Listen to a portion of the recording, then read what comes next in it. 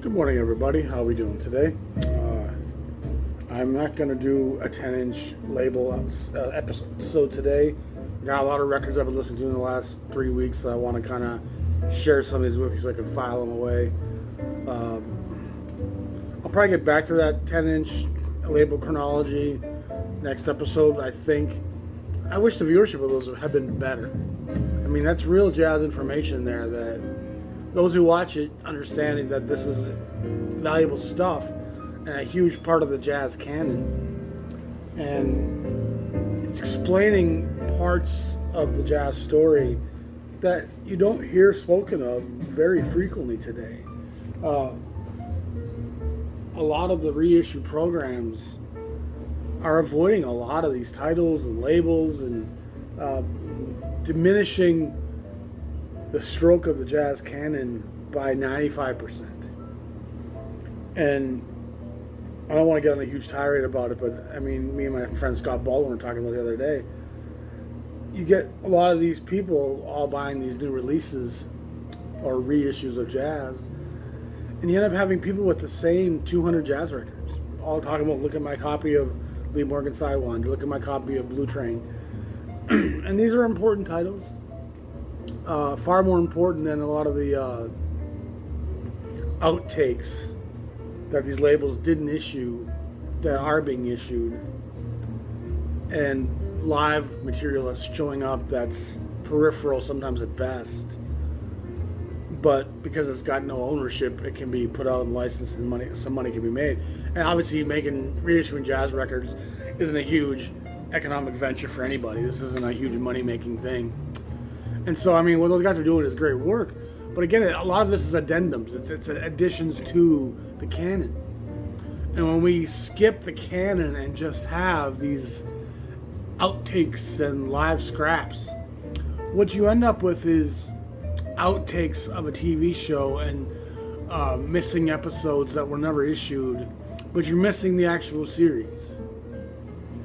Imagine having a bunch of outtakes and scraps from All in the Family, which might still have some moments of merit, some Carol O'Connor comedy and brilliance, who, by the way, is still very much a figure in America. I live in a town full of Carol O'Connors, Archie Bunkers. I mean, I don't want to get into politics because I'll end up spending 20 minutes on it, but the deception afoot in this country, it's really high-level tragedy. It's a comedy of errors, and people so enveloped in nationalism can never see it. And so my number one troller, who calls me libtard all the time and a libshevik and all these ridiculous things, I mean, you're not really even in the conversation because you're so wrapped up in your nationalism and your fear policies and your social conservatism, fearing immigrants and gay marriage and abortion, not recognizing that you're giving big corporations a license to be not taxed. That's what you're fighting for the freedom of guns and the freedom of the rich. But I'm gonna digress. I'm not gonna get into it today. It makes my blood boil, and during this political session season, it's election and all that. It's too divisive. But again, people, I encourage you, tell your friends who are collecting jazz, as valuable as a lot of these reissues are, and some of these lost sessions and lost outtakes can be, and some labels stuff is better than others. Like a lot of the Blue Note stuff is pretty high quality stuff that didn't get put out. And most of the stuff that Blue Note didn't put out was a dollars and cents issue, not a quality issue. I mean, there was some sessions that Alfred didn't issue based on the takes not being quite up to par. But, I mean, low quality Blue Note sessions are still pretty high quality.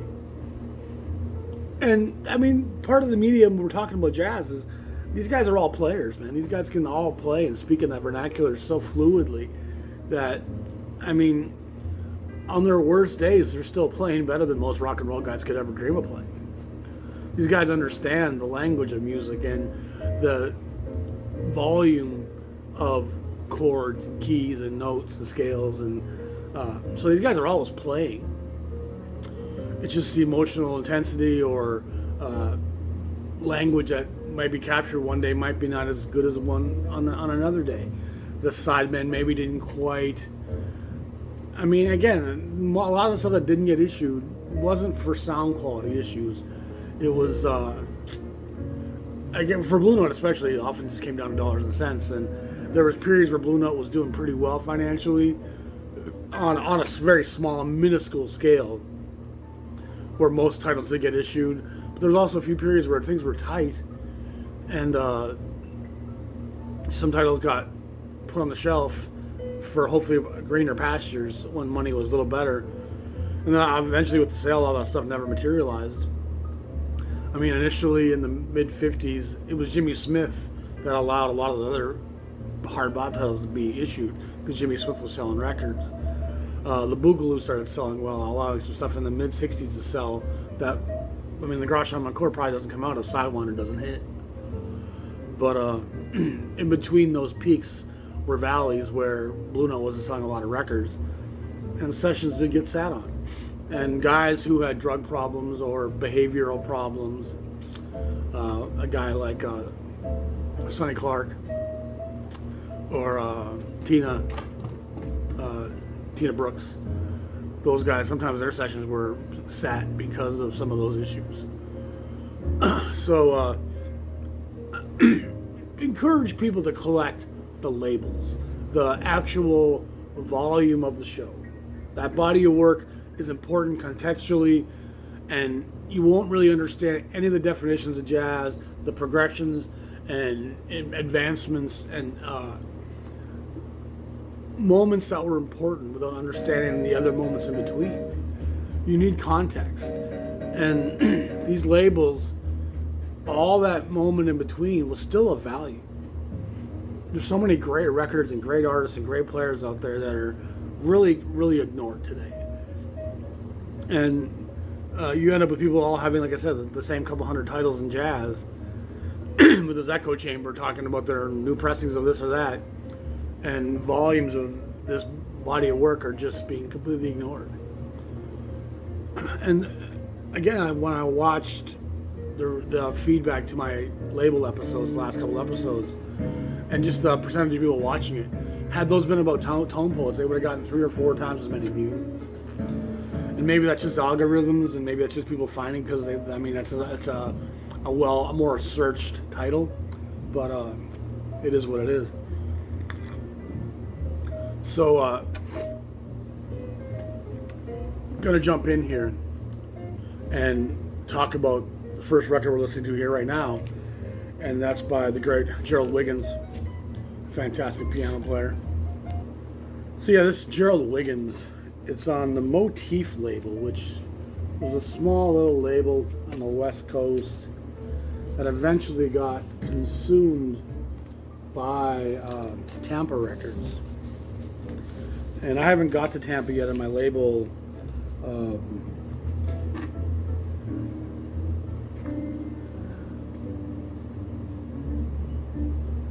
Looks like it's Robert Sherman, I guess his name was, Tampa Records. He first starts Skylark, then launches Tampa to reissue with Skylark material, and he buys up some other small labels like Dig and Motif and reissues that stuff. And not only does he give those small label titles new covers and often new leaders, on Tampa itself, those records often have several different covers. Every reissue program, they give it a different cover, often a different title. So you can buy the same Tampa record 3, often 4 times. If you get the Dig or Motif version, plus the first Tampa pressing, second Tampa pressing, it can be very confusing getting to know that stuff. And there's a lot less of it than it would appear when you start collecting it, because it seems like there's so many, but it's a lot less material than you would think. But Wiggins was a fantastic player.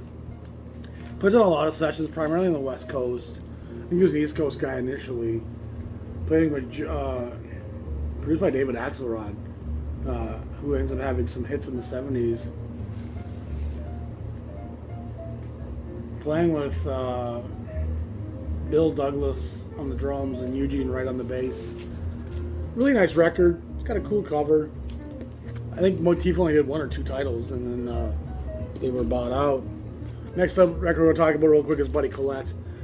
Buddy Collette was a fantastic alto clarinetist, multi-instrumentalist. a very brilliant arranger, a composer, a fantastic figure on the West Coast, African American brother playing in a West Coast scene. Here with Bill Richmond, Red Callender, Bill Douglas, Howard Roberts, Frank Rosalino. So you get some fantastic talent on this group.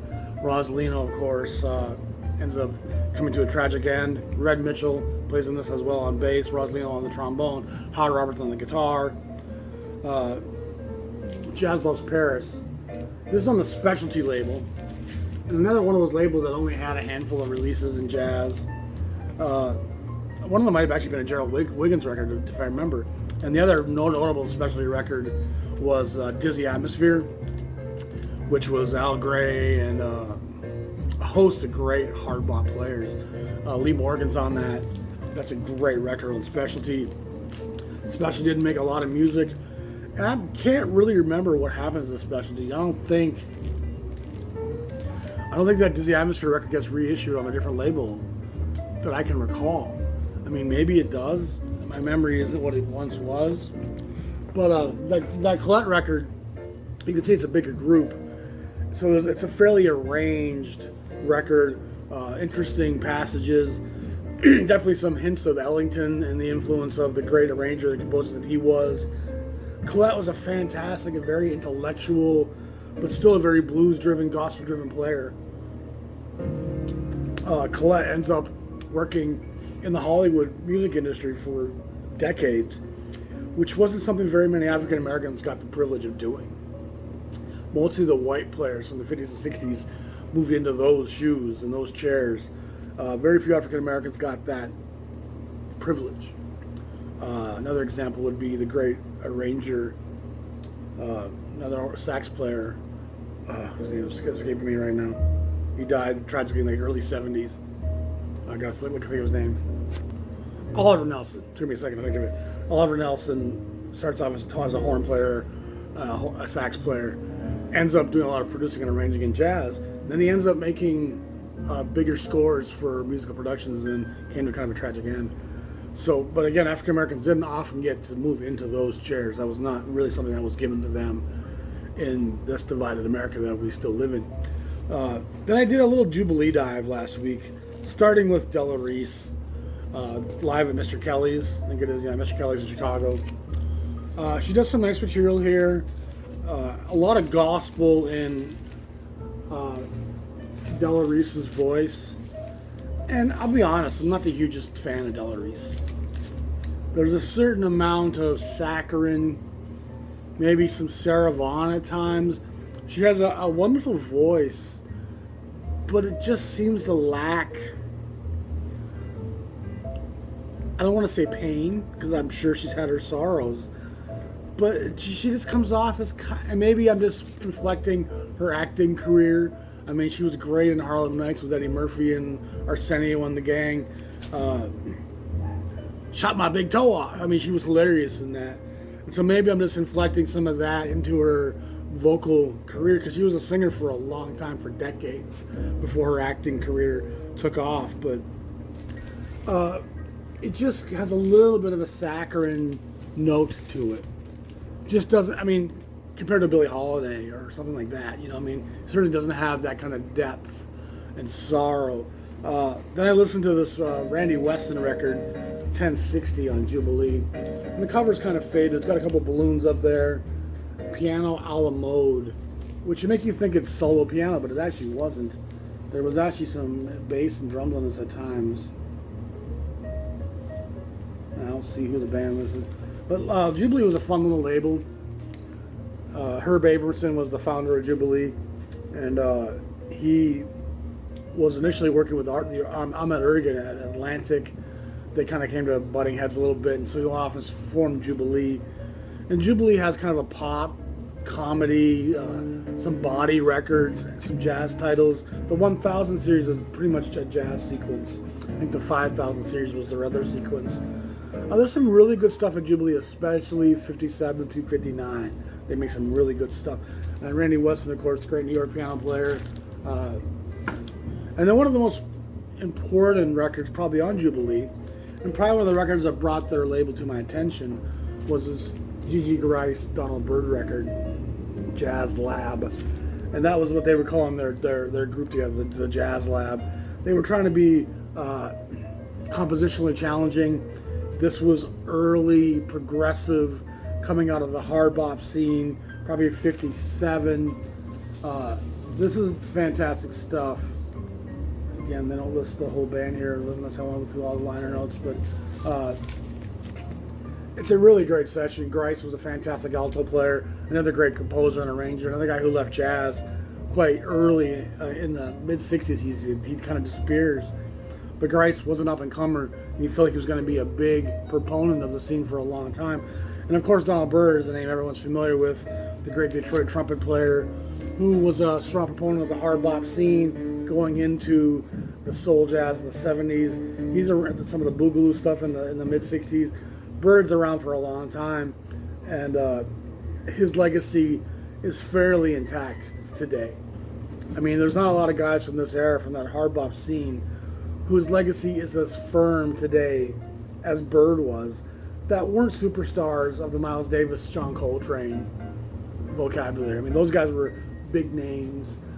And even in a jazz sense, those guys were never huge names. But then a record I really enjoyed, I probably listened to it 4 times, on the Time label, which is a label out of New York. I think it was Bob Shad who formed this label. And they made jazz for probably 1960 to 1965 or so. Some good titles. The label was around longer than that. But it makes some great jazz stuff. Max Roach. But this Kenny Dorham, Jazz Contemporary. It's number 2004 in the Time label sequence, the jazz number sequence. So it's a really early time jazz release, probably 60, maybe 61.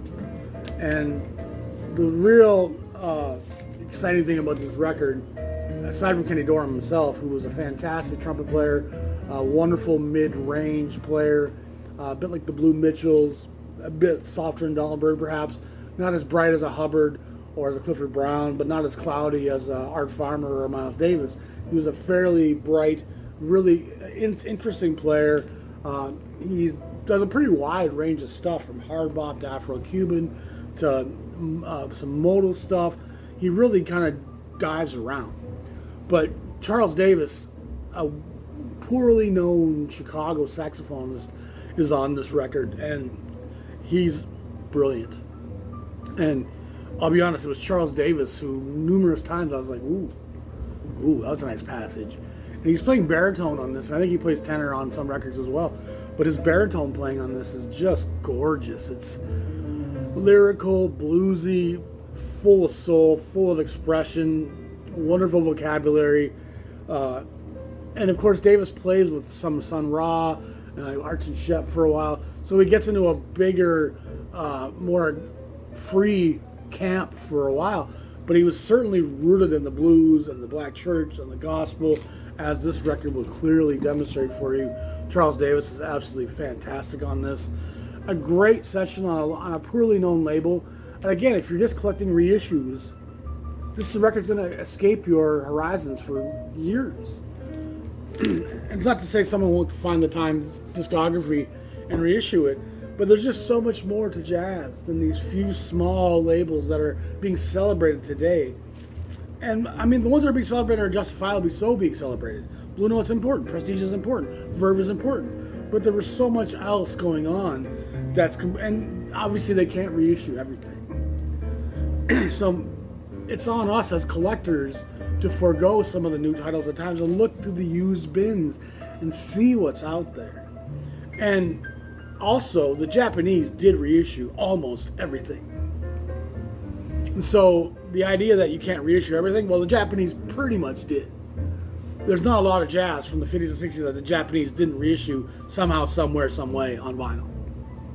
And a lot of it can be had for relatively good pricing. I mean, if you buy a bundle of stuff from Tokyo or even Face Records in New York, you're going to get a lot of great Japanese pressings of great American vinyl, American jazz, for $5, $10, $18 a piece. I mean, it's crazy the value you can have.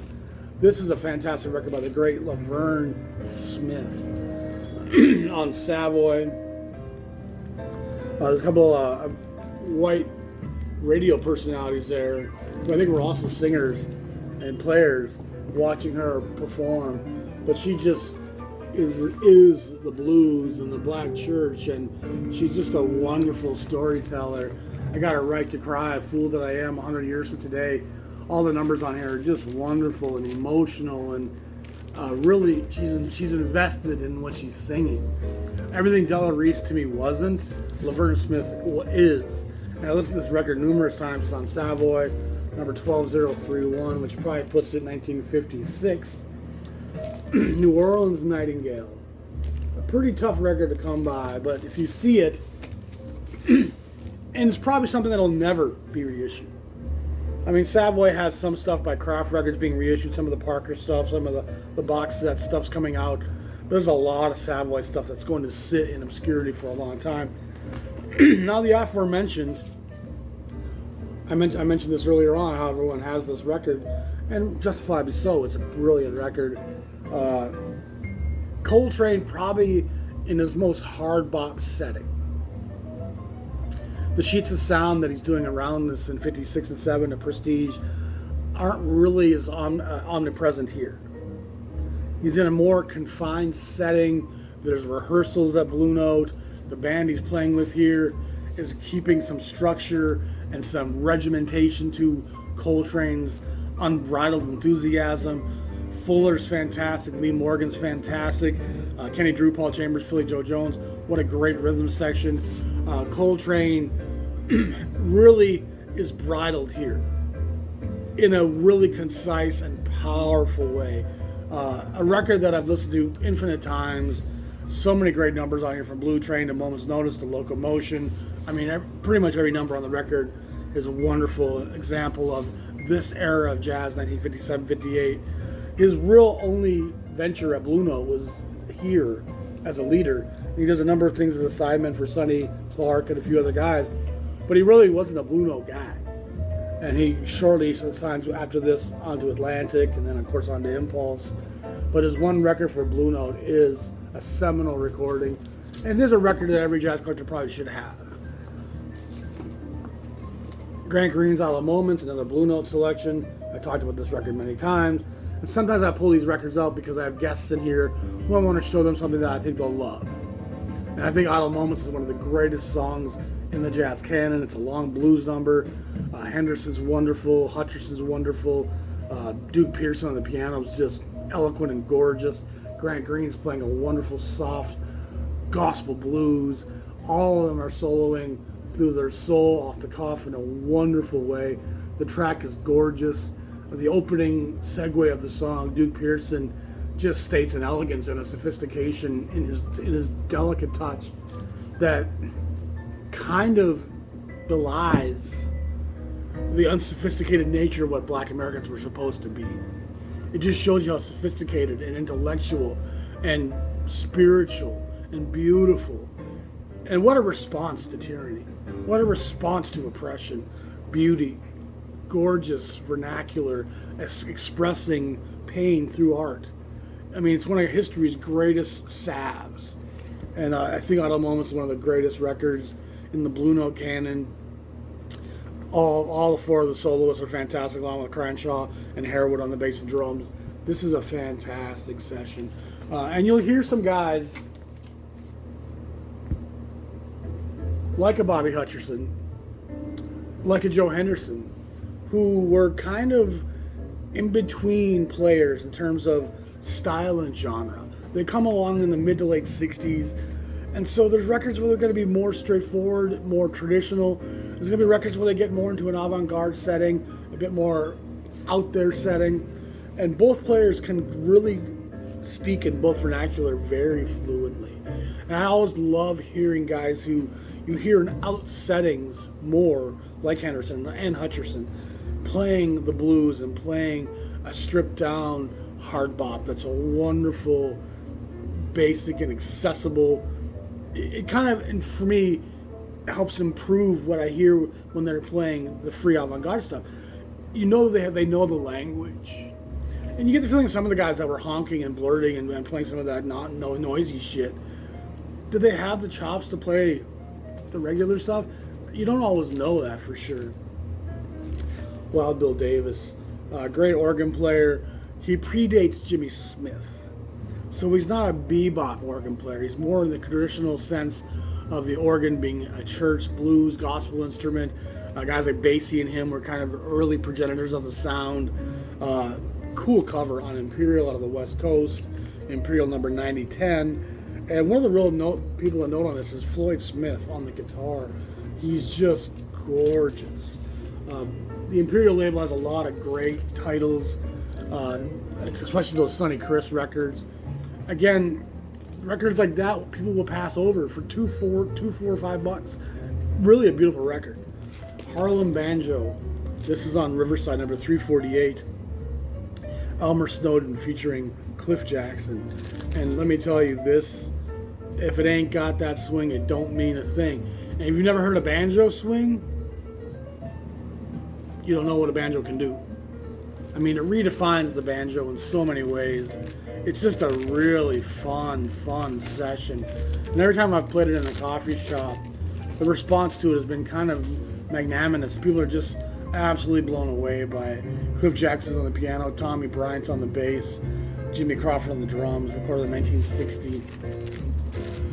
Riverside, or in Keep News, Bill Grauer, Keep News especially, weren't afraid to do some kind of off-the-cuff, interesting stuff. And this is not novelty. This is great jazz. And they open up with Ellington's Don't Mean a Thing, if I remember. And it's you know right away that, okay, this isn't going to be just some campy experimentation and the alternative. This isn't My Name is Mud by Primus. This is the gospel of the jazz. This is the gospel of the blues. Django Reinhardt, this is on the Period label, who Leonard Feather, the great jazz critic, helped drive the label Period. They made some great recordings in the early 50s, late 40s, which Bethlehem ends up buying a lot of that stuff up and reissuing. And there's only a dozen titles that he got to do with Period, because Period wasn't exclusively a jazz label. It was a side project almost for Period, bringing Leonard Feather in and letting him produce some jazz that was kind of current. And again, as I discussed on my label episode, in that late 40s, late 50s, there was a lot of innovation in jazz happening, and not a lot of it was being recorded. There's only a few labels that were really documenting a lot of what was happening in the black community and in the leading edges and fringes of jazz. It wasn't like by 1960 where there was infinite labels that were willing to put stuff out. In the late 40s, early 50s, there was only a handful of labels willing to really be progressive and to record what was being progressive. And there's some cool stuff, some Thad Jones, but what was really Charlie Mingus. But he also documents the great Django Reinhardt here, the great gypsy guitar player from, I think he was Belgian initially, and then lives in Paris for a long time. Django's a revelation, as important to jazz guitar as Charlie Christian. Just a real innovative, lyrical, beautiful player. A guy that should be in everyone's collection. He's such an important figure. Then we have Lionel Hampton and Stan Getz, a great David Stone Martin cover. This is Norman Granz, same label, same company family. 1037. So it probably puts this 1954, 1955. Hampton was such a brilliant player. A brilliant blues-driven bebop on the vibraphone guy. I mean, he really transforms the vibraphone. It's not really a jazz instrument as we think prior to Lionel Hampton. And Hampton was just so creative and bombastic and dynamic. And I'm not sure I've ever heard a Lionel Hampton recording where he's not shouting and screaming and grunting and making all kinds of extracurricular sounds throughout the recording.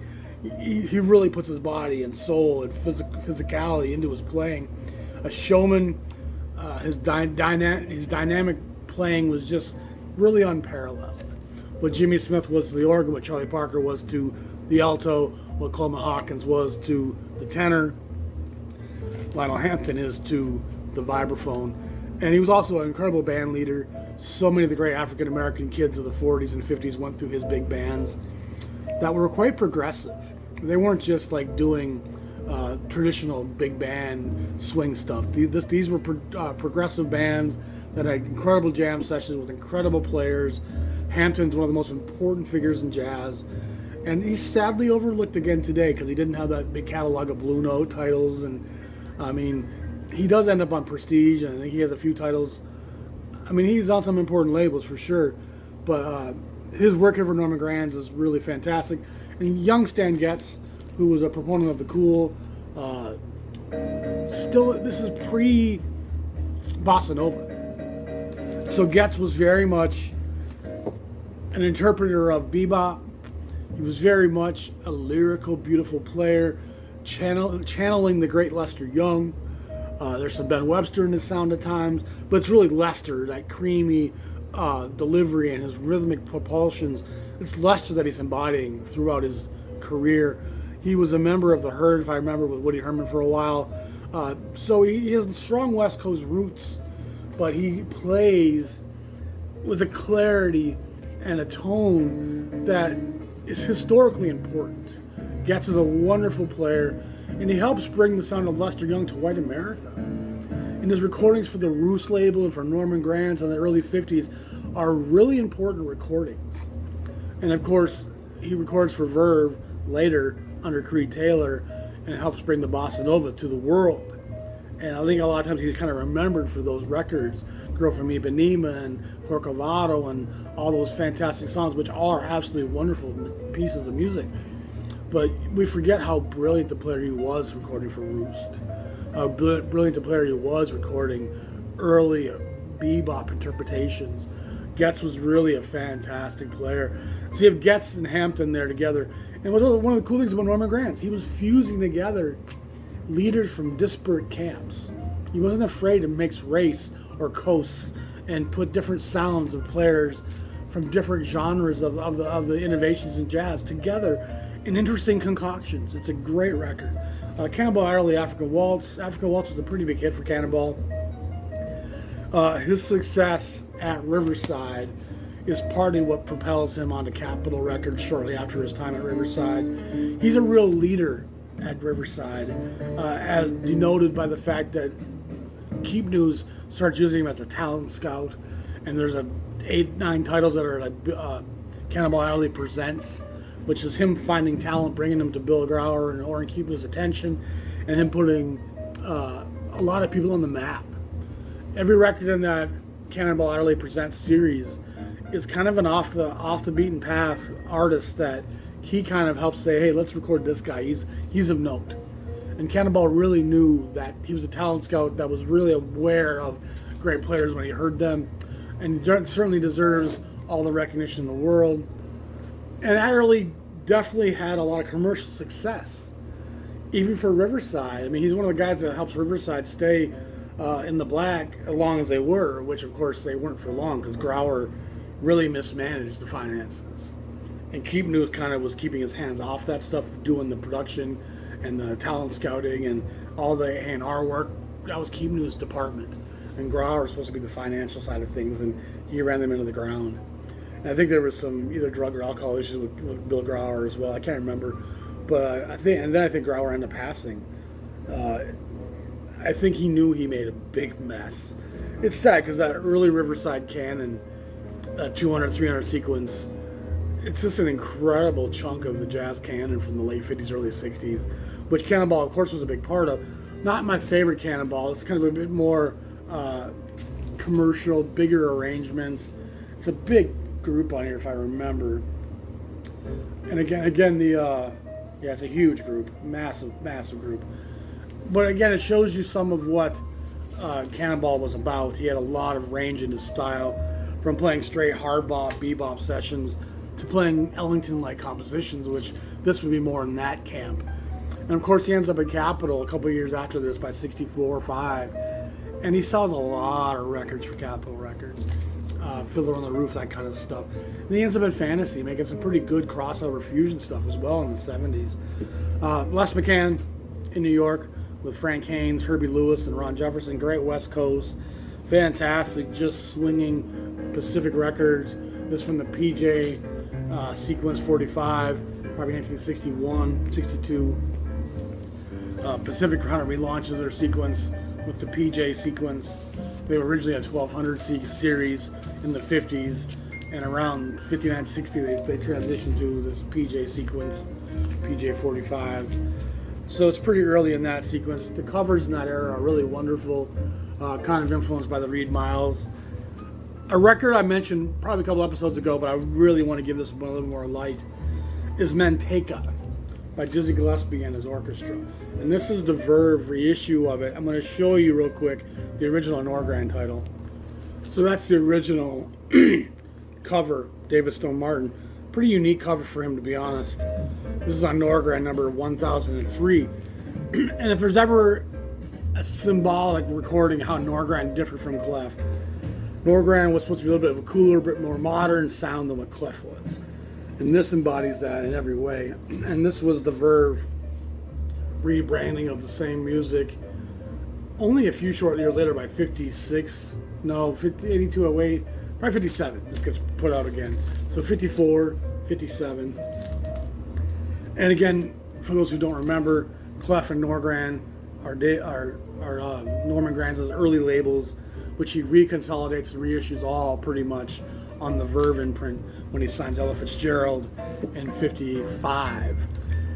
So 8100, 8200 sequence Verve, which is early Verve stuff, is pretty much all reissues of Clef and Norgran material.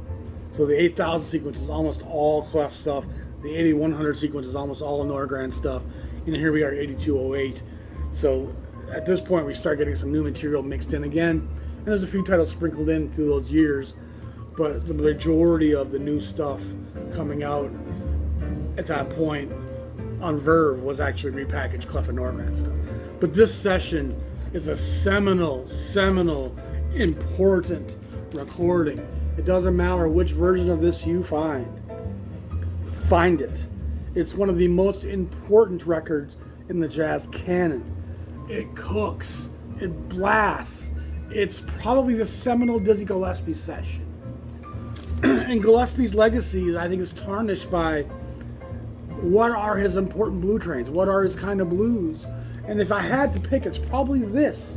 This is Gillespie's magnus opus.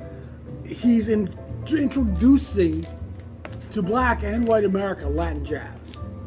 And Norman Granz has already been dabbling in Latin jazz for a couple years at this point.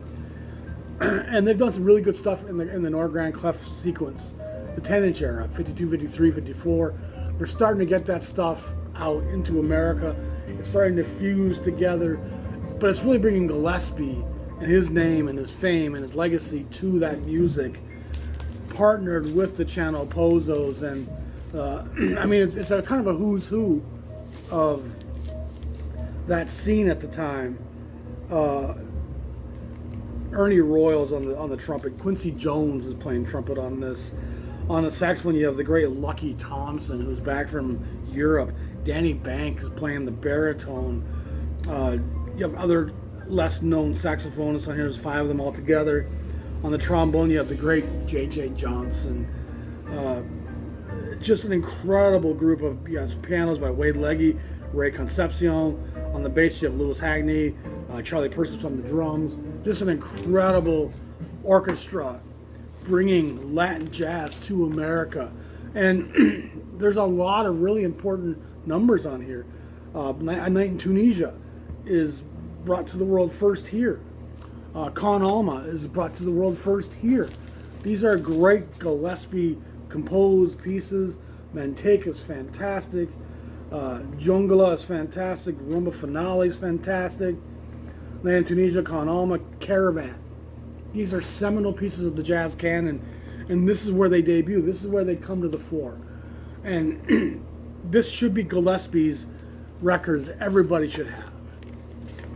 And me and my friend Brian were listening to it about a month ago probably now, and man was it fun. Man was it dynamic. Man was it bombastic.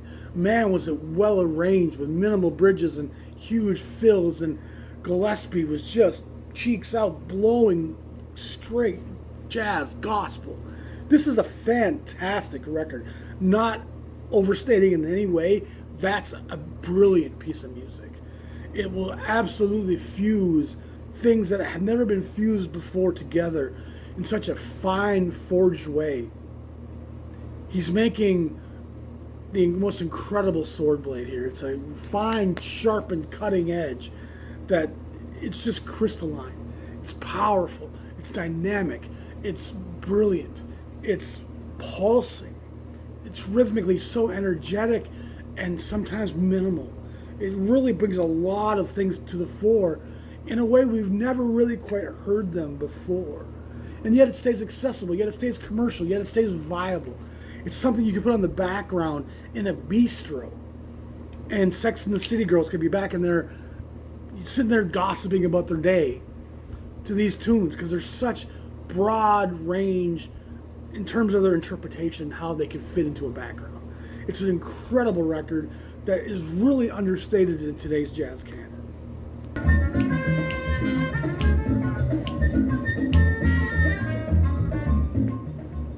I'm going to say something that I don't say very often. I don't make a lot of broad, sweeping statements about best this, best that, whatever. But I'm going to make a statement here right now that I feel pretty strongly about. This is the best jazz record that most of you don't have. In the comments, let me know if you have it, because I'm guessing most of you don't. It's a fantastic record. It really takes a couple listens to understand the broadness of it, the swinging propulsion, the Latin accentuations. It's just, it's really a magnus opus, like I said, and a record that everybody in jazz should have. So what's the best jazz record that most people in jazz don't have? I mean, think of a better example than this. Again, it's not been highlighted in all the reissue programs. It's not been highlighted in all the label reissues and the glory of Blue Note and all that. It kind of escapes a lot of that for some reason, even though none of these pieces have become standards. Even though Gillespie's one of the biggest names in jazz history, even though he's every bit the player as Clifford Brown, he's 10 times the player of a Miles Davis. Even your Lee Morgans and Donald Byrds take it back to Gillespie. Gillespie is an absolutely brilliant player who can play with fire, ferocity, bebop technicality, the blues, the gospel, the soul. He plays ballads like nobody's business. He can play Latin jazz like he was born into it. This guy is such an icon, and yet people don't collect his work. A lot of his records, again, some of it's because he was ended up on the French label Philips for a while. He stays on Norgran for a long time. So a lot of his records just don't have the notoriety or the collectability. But these are, I mean, seriously, one of the most important records in jazz history. So I'll move on, but if you don't have it, get it and find out what I'm talking about. A cool collection here. Here come the swing bands, Verve, 8207. And it was just them at that point of that early 8200 series starting to launch new material, of them culling together some of the big band stuff they had from Basie, from Hampton, from Krupa, from Herman, Gillespie, all guys who were leading big bands at that time on Verve, Norgran. The last two records I want to talk about here. Oh, first I want to mention this. This is a great Gene Krupa record, and it says Gene Krupa and his orchestra, which again, that's very much a misnomer here. It's clef number 627, so probably 53. Great cover. The fantastic Krupa is one of the great bombastic drummers, along with Belson and Buddy Rich, all working for Norma Granz, all propelling the sounds, working with Benny Goodman for a long time, with Lionel Hampton. I mean, he was a real important piece and a very commercially viable artist that white America knew well, Gene Krupa.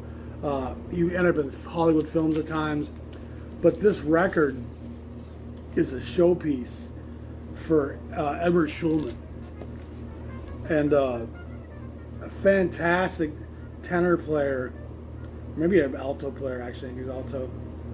I mean, he actually probably plays both. But he's just a brilliant player, Shulman. And this is like my orchestra is really misleading. It's Eddie Shue, Gene Krupa, and Teddy Napoleon on the piano. So a very small group doing interpretations of big numbers and standards, sing in a very stripped down setting. Eddie Shulman is the star of this. And Eddie Schulman has a 10-inch that came out on Bethlehem. This is the Bethlehem Eddie Schulman record. If you look closely, you'll see him in the eyes of the owl. Fantastic Burt Goldblatt album cover. Another example of Creed Taylor and Gus Wilde at Bethlehem finding kind of between the crack talent that was brilliant players who are largely forgotten today. Great piece, great stuff. But Schulman on that Krupa record, he plays with Krupa for a while. He works with Krupa in a number of settings for a number of years.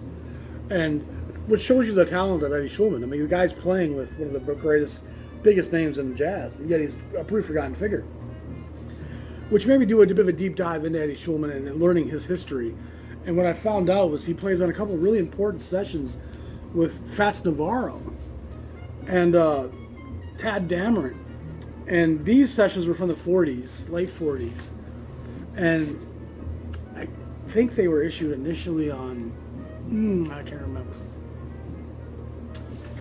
But they end up being reissued here by Jazzland, which is, again, a subsidiary of Riverside, Bill Grauer, or Keep News.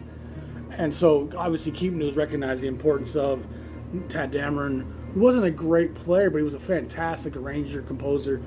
And Fats Navarro was one of the great trumpet players of the bebop era, a fantastic, lyrical, ferocious player who played with the Gillespies and the Parkers, and just a fantastic, kind of forgotten player. Milt Jackson, Kai Winding show up in this one. These are really important recordings, and Eddie Schulman is on both of them. So once again, you see a guy like Eddie Schulman, who, if I remember, was like an East Coast Jew from Philadelphia or something like that, playing here with Alan Eager, the great tenor sax player who was also a member of the Herd, another kind of forgotten player.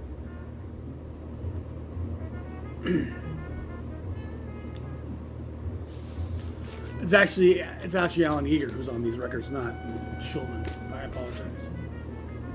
So I was doing a deep dive into both Schulman and Alan Eager, and Eager shows up on both these recordings. A fantastic tenor player, really well versed in again the Lester Young sound, which again we're talking about that with Stan Getz. He, in some ways, Alan Eager was considered the best of the Gray Boys, which is what Lester Young called the White Cats, playing Lester Young sound. And Alan Eager got kind of forgotten, had a drug issue, left the music, and eventually he kind of retired from music altogether because he recognizes he can't stay off drugs when he's playing music.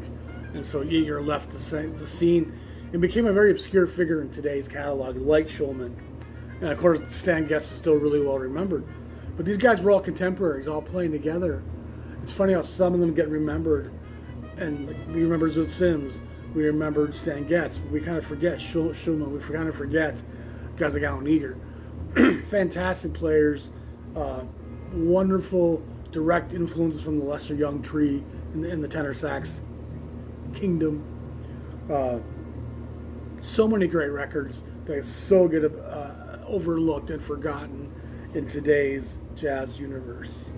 And that's partly why we do this challenge. We want people to discover so much more than the basics that are being out there painted for you. There's so much more to this language than the basics that we're being served every day. And it's fine if you want to eat on Taco Bell every day, but there's certainly more fine dining to be had.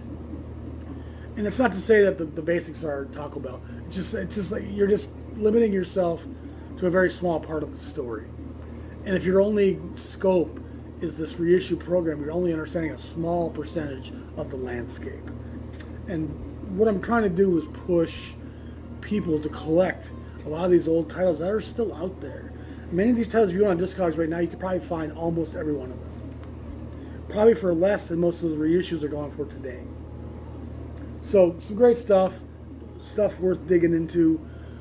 But by all means, check out Dizzy Gillespie. Check out Afro or Night in Tunisia, and just a fantastic Manteca. It'll blow your socks off. Sit and listen to it loud. Listen to it loud and hear the composition, the arrangement, the sounds, and then hear Gillespie's fire. I think we forget how brilliant a player Dizzy Gillespie was. He's truly one of the grandest architects of this architecture. The guy was an amazing, huge proponent of all the developments in jazz in the 40s and 50s. And he makes some very important recordings, and probably none more so than that. So let me know in the comments, do you have Manteca? Do you have Afro? Do you have these recordings of his? Because I'm sure you have Art Blakey's version of Caravan, Charlie Mingus's version of Caravan. I'm sure you have many of these versions of these songs in Night in Tunisia. I mean, how many versions of that are out there? Go to the source and hear how those songs were in their original bang. It's fiery stuff. Y'all have a great day. Please help the channel by subscribing, hit the like button, and if you want to support the channel, either on my Patreon, YouTube thanks, there's a link to my PayPal. Any kind of support is definitely needed. I'm trying to scramble to pay my mortgage right now. Things are tight. A few of you probably made it this far in the episode. We're almost an hour in. But so much great jazz to talk about, and we're trying to keep people enlightened and discussing a broader swath of this music. Y'all be safe. Have a great day. I'll talk to y'all soon. Peace.